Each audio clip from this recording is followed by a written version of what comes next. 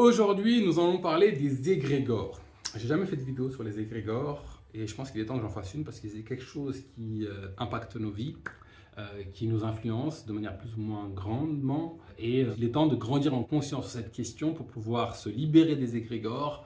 Je pense qu'un des enjeux, peut-être pas immédiat de l'humanité, parce que le premier enjeu immédiat de l'humanité, c'est purifier son ego, c'est sortir de la souffrance et grandir en conscience sur la réalité du monde et du divin. Mais l'étape qui va arriver juste après, ça va être se libérer des égrégores et pouvoir en générer, etc., etc. Donc on va parler des égrégores, on va grandir en conscience sur cette question. Donc si ça te parle, reste bien jusqu'au bout.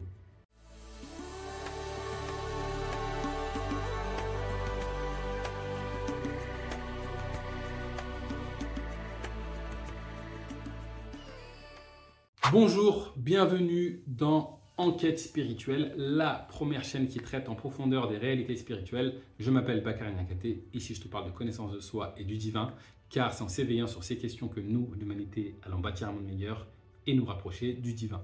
Donc si toi aussi tu veux grandir intérieurement, si tu veux t'éveiller spirituellement, je vais t'inviter à faire deux choses. Premièrement, tu t'abonnes à la chaîne. C'est un petit bouton juste en dessous, tu appuies dessus, tu appuies sur la cloche, comme ça tu seras sûr de regarder toutes les vidéos que je publie chaque semaine. Et deux, va dans la barre de description et mesure ton niveau de conscience. Alors fais-le pas tout de suite, attends que la vidéo est finie, ensuite tu y vas. J'ai prévu pour toi un quiz gratuit qui va te permettre de mieux te connaître et surtout de trouver des voies pour grandir en conscience. Alors fais ce premier pas vers l'éveil spirituel. Rentrons maintenant à présent dans le vif du sujet, les égrégores. Alors les égrégores, c'est une forme de pensée collective qui va avoir un niveau d'intelligence plus ou moins grand. Ça, c'est pour faire simple. Dit autrement, c'est une entité. C'est une conscience plus ou moins grande. Des fois, elle est plus faible, des fois, elle est grande, des fois, elle a un grand pouvoir, des fois, elle a un petit pouvoir. Mais c'est une conscience qui est là et qui va nous influencer. Et en gros, qu'est-ce qui se passe? Si on regarde le premier pas d'égrégore, même si on ne va pas appeler ça un égrégore, on appelle un égrégore dès que ça devient collectif.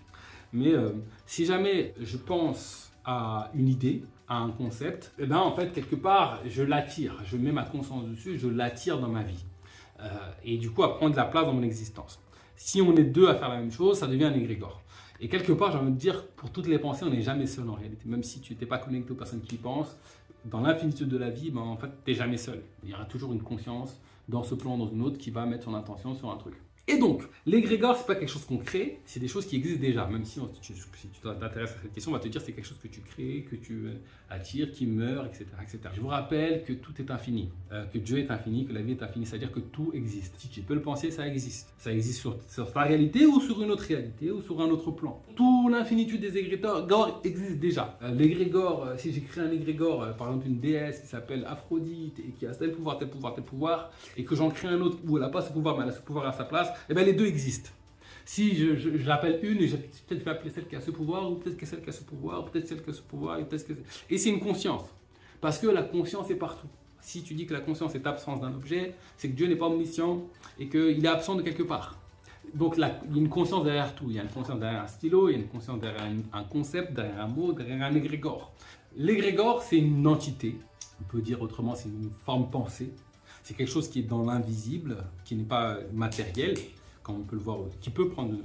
En réalité, si on va loin dans un égrégore, il peut créer... En tout cas, il peut y avoir un reflet matériel dans le vide de l'égrégore. Mais techniquement, c'est quelque chose qui n'est pas matériel et qui va avoir un niveau d'intelligence plus ou moins grand. Ça peut être quelque chose de très primitif, avec très peu de pouvoir, et quelque chose de très poussé, avec une intelligence de ouf, avec un niveau de conscience de ouf, etc., etc.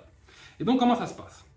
Si moi, je crois qu'un éléphant rose, il a le pouvoir d'exaucer mes vœux, c'est pas encore un égrégore parce que je suis tout seul. Mais bon, comme dans l'invisible, il y a forcément quelqu'un qui pense, ça fait un égrégore. À partir du moment où on est deux ou trois, c'est un égrégore. Et donc, si on s'assoit dans une pièce, on est trois, on réfléchit, on dit voilà, on veut un éléphant qui a le pouvoir d'exaucer mes vœux et qui est rose et qui a le don de guérison. Et donc, on met nous trois nos pensées là-dessus. En fait, ça va créer quelque chose de plus fort que chaque pensée individuelle. Et en réalité, on appelle avec une plus grande force à se matérialiser dans notre vie, ou pas matériellement, forcément matériellement parlant, mais à venir être présent dans notre vie, ce truc qui existe déjà quelque part dans l'invisible. On lui dit, hé toi là, toc toc toc, je ne sais pas dans quel univers tu es, dans quel monde tu es, viens ici, on a besoin de toi. Et donc lui, comme il est dans sa fonction, il est dans son rôle, avec plaisir, avec joie. Si on est trois à le nourrir, il va avoir une certaine force qui sera plus grande que la force de nos pensées individuelles.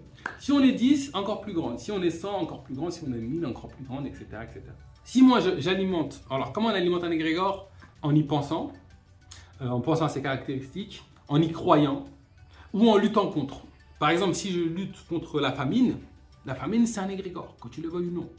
La famine, c'est un égrégore avec tout un tas d'idées, et cet égrégore, il est plus ou moins intelligent, il va avoir un pouvoir plus ou moins grand d'action, et il prend la forme qu'on lui donne, même si on n'est pas très clair sur comment on lui donne. Dans l'esprit, dans l'inconscient de chacun, la famine, ça touche les Africains dans tel pays, la sécheresse, etc.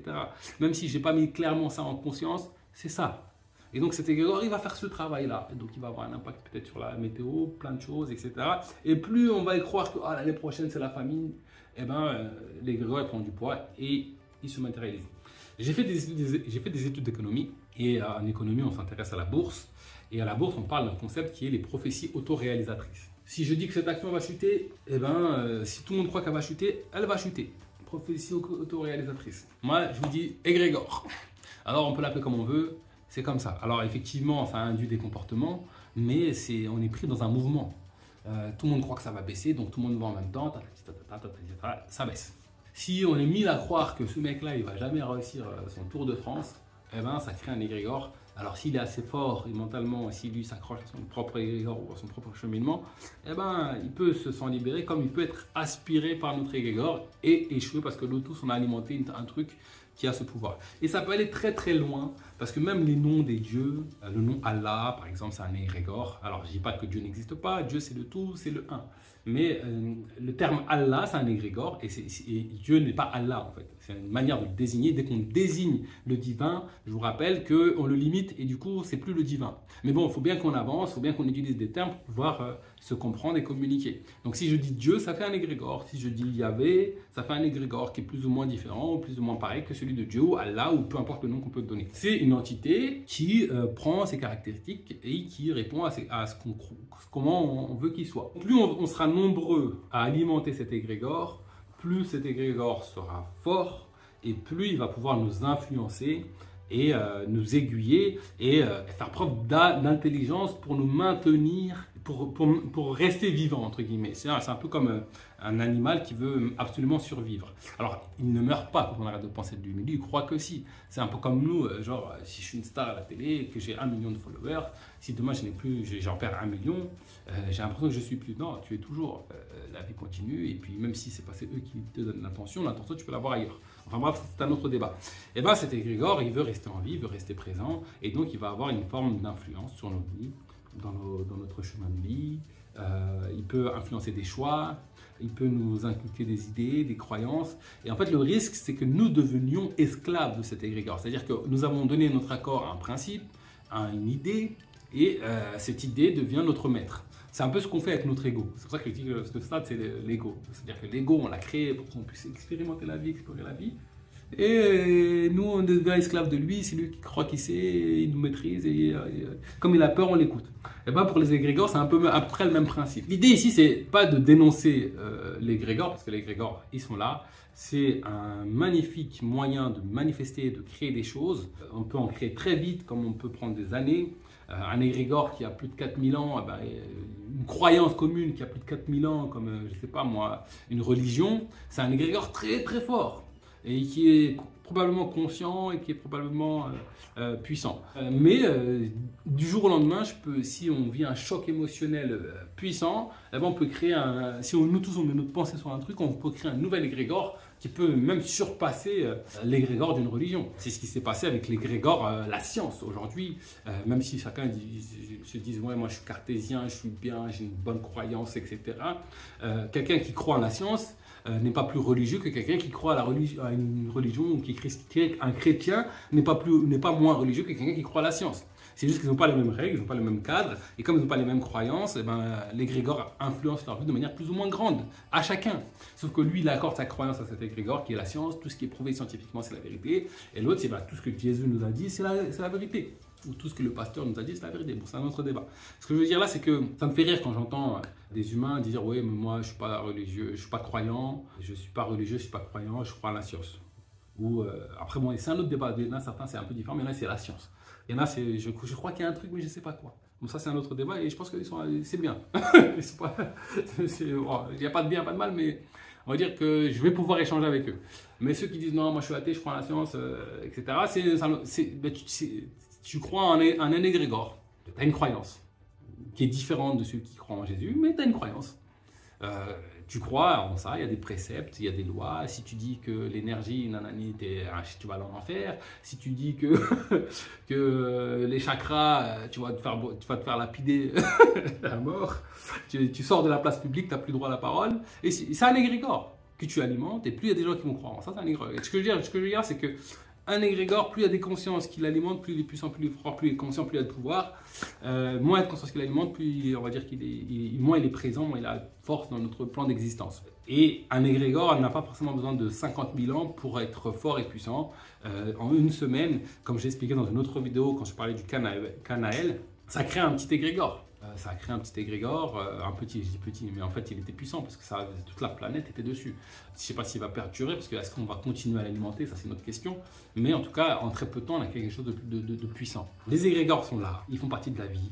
Ce n'est pas bien, ce n'est pas mal. Ce qui est intéressant, c'est de poser la question, quel égrégore j'ai envie d'alimenter, à qui je veux donner mon énergie et à qui je ne veux pas donner mon énergie.